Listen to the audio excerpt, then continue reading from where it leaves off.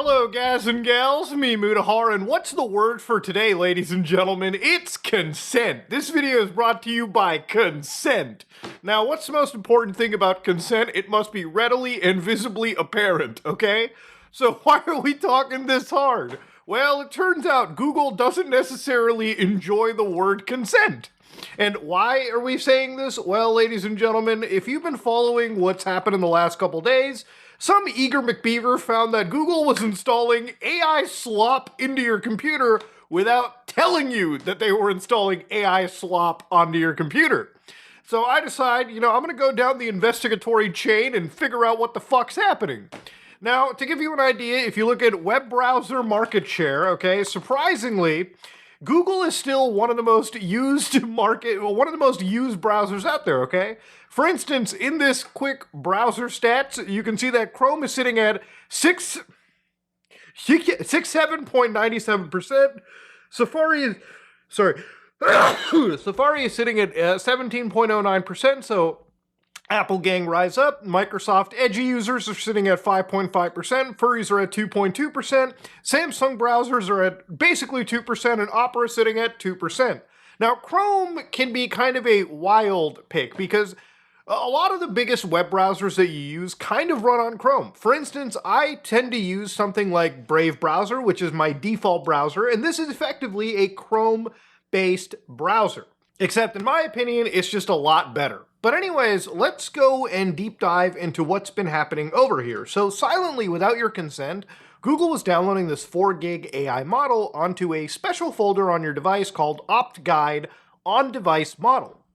So I decided that I'm going to check if it's actually installed onto my Linux system.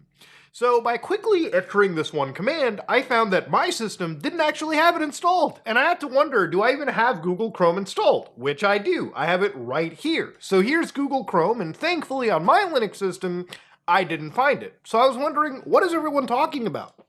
Now I realized that I do actually have a normie computer. I have a Macintosh sitting right there that I do basically all my work on. Now I have Google Chrome installed there for debugging stuff, like, debugging web pages and whatnot, and trying out, things like web GPU or whatever. So I decided to go onto my Macintosh, and lo and behold, it was silently installed without my consent.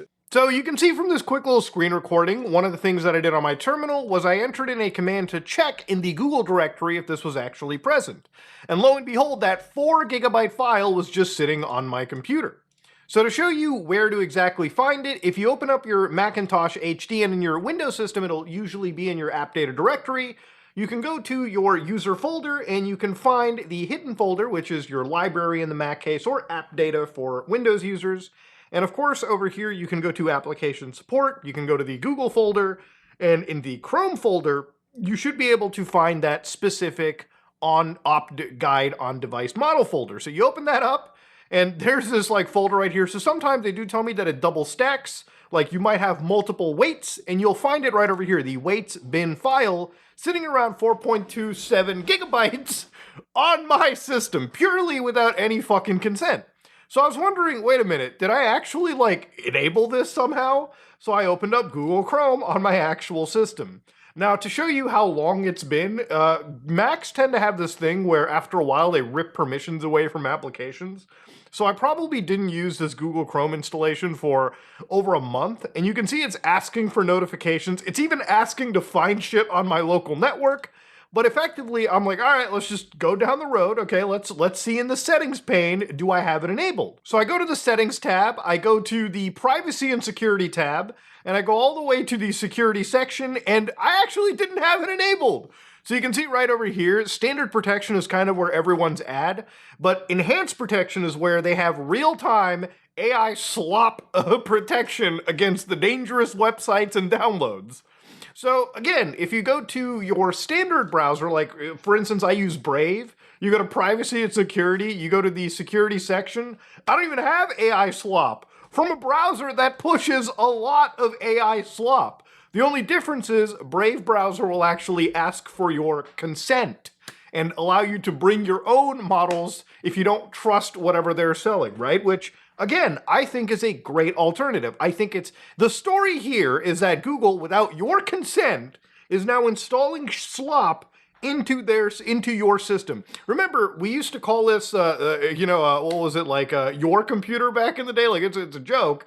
Now it's called this PC. One of the big disdains that I have with big tech is they feel like they're just entitled to my computer. Half the time, people just have Google Chrome installed by default. So by default, these companies just want to ass ram your computer with tons of pointless bloat and ruin their application. There used to be a time where this fat Indian guy would download Google Chrome as one of the first 5 applications on a Windows installation. This is a long time ago, by the way.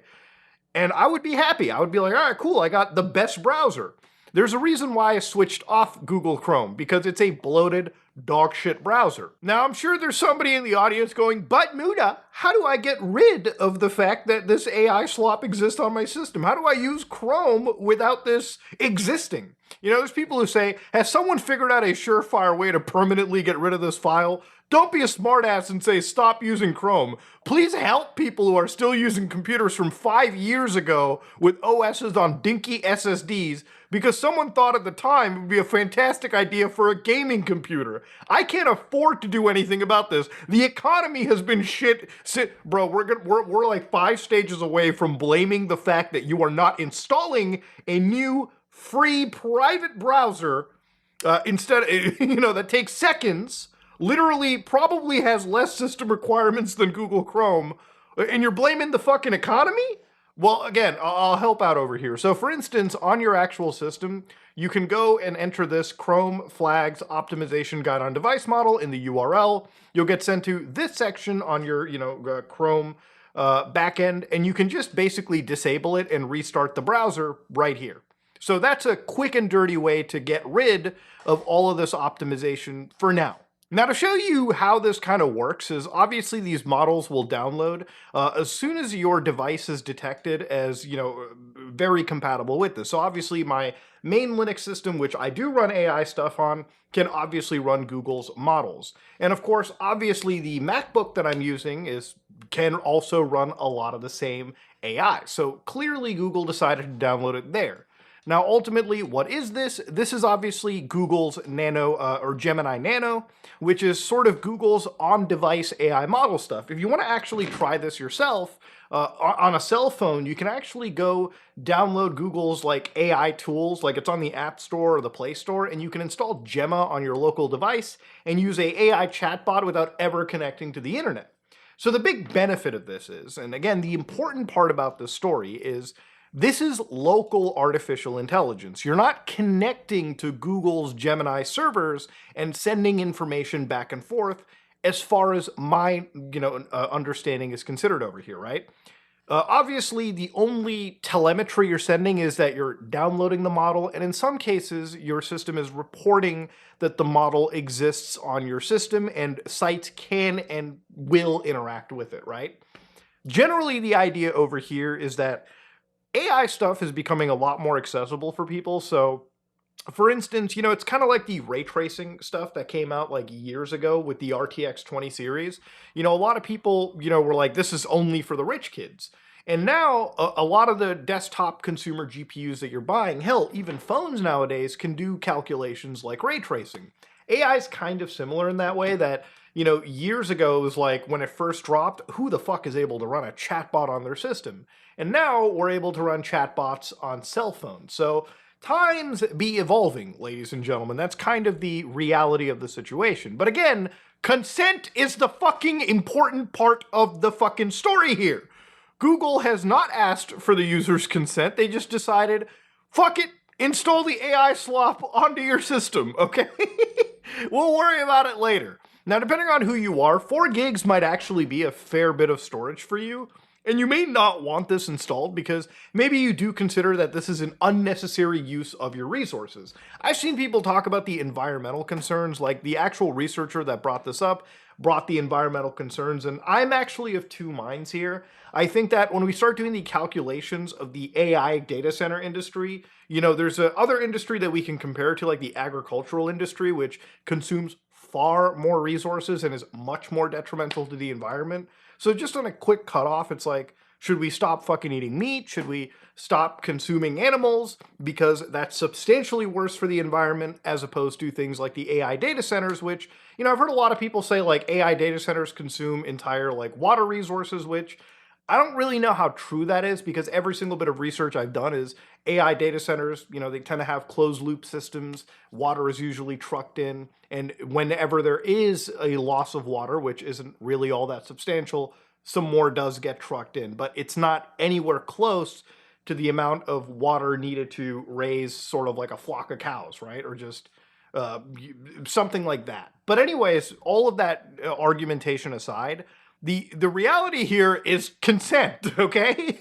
The consent is not given to the user. They're basically silently installing this shit onto your system, and that's not okay. Now again, look, at the end of the day, just stop using Google, man. It's a surveillance platform, much like any of these big tech companies using any of their products, right? It doesn't have to be Google. It could be like fucking Microsoft Edge, okay?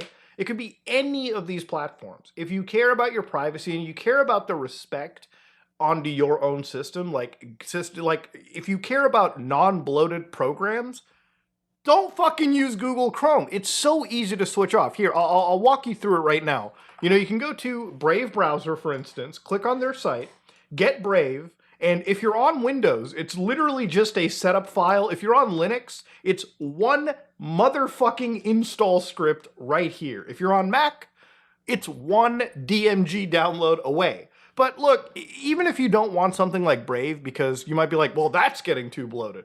There are other options like Helium, for instance. Hell, there are other options like Firefox that you can go get. Like, I know that a lot of people have issues with Firefox, but it's still way better than Google Chrome. And even if you want something that is a lot more respectful, there's also WaterFox, which is a fork of Firefox that is much more secure, much more private, in my experience at least. But going back to things like Helium, guys, it's so easy. I'll walk you through it, right? This whole thing about I use Google Chrome, I bitch about Google Chrome, I don't switch off Google Chrome, right? All you have to do is download the Helium browser from their website, download that onto anywhere in your system. This is for Linux, of course. For Windows, it's a lot easier than what I'm showing you. And basically, as long as you have the actual install package, in the Linux case, it's the app image, meaning that all you basically have to do is double-click this, give it executable permissions, and then, of course, ladies and gentlemen, within a second, you got a new browser, okay? Wow, what a shock. And look at that, my SeerXNG works inside it. I can look for, again, best privacy browser. And look at that, dude, it's a lot faster, it runs a lot smoother, and it also has all the ad blocker shit built right in. So you really don't even have to go out of your way to get a Chrome experience that's better than Google Chrome. In fact, look at that, man. All the security stuff is there, no AI slop downloaded onto your system. I mean, it's just, it's so fucking easy to switch off.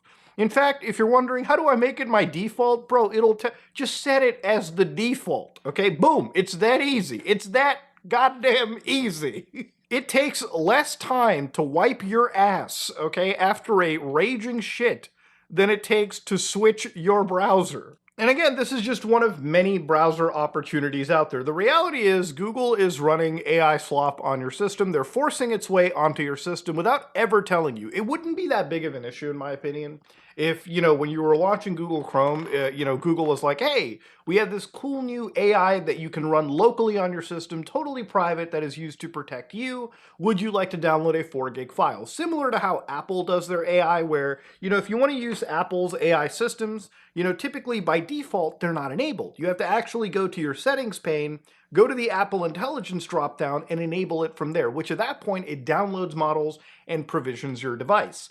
I think that's a lot more respectful than forcing yourself onto the fucking consumer. Google Chrome is already a bloated piece of shit to the point where people complain about how much resources it takes up simply browsing a few tabs on their system. So now when you add all these AI models onto your system too, which are also, trying to protect you, quote unquote, it's just extra stuff nobody was asking for. So yeah, obviously, should people be pissed off about it? I think so. I think it's annoying. I think it's terrible. And I think the fact that you have to go into developer settings and fucking disable that shit by default instead of it being opt-in is just incredibly insulting from Google's end. But let me know what you think in the comment section below. If you like what you saw, please like, comment, and subscribe. Dislike it if you dislike it. I am out.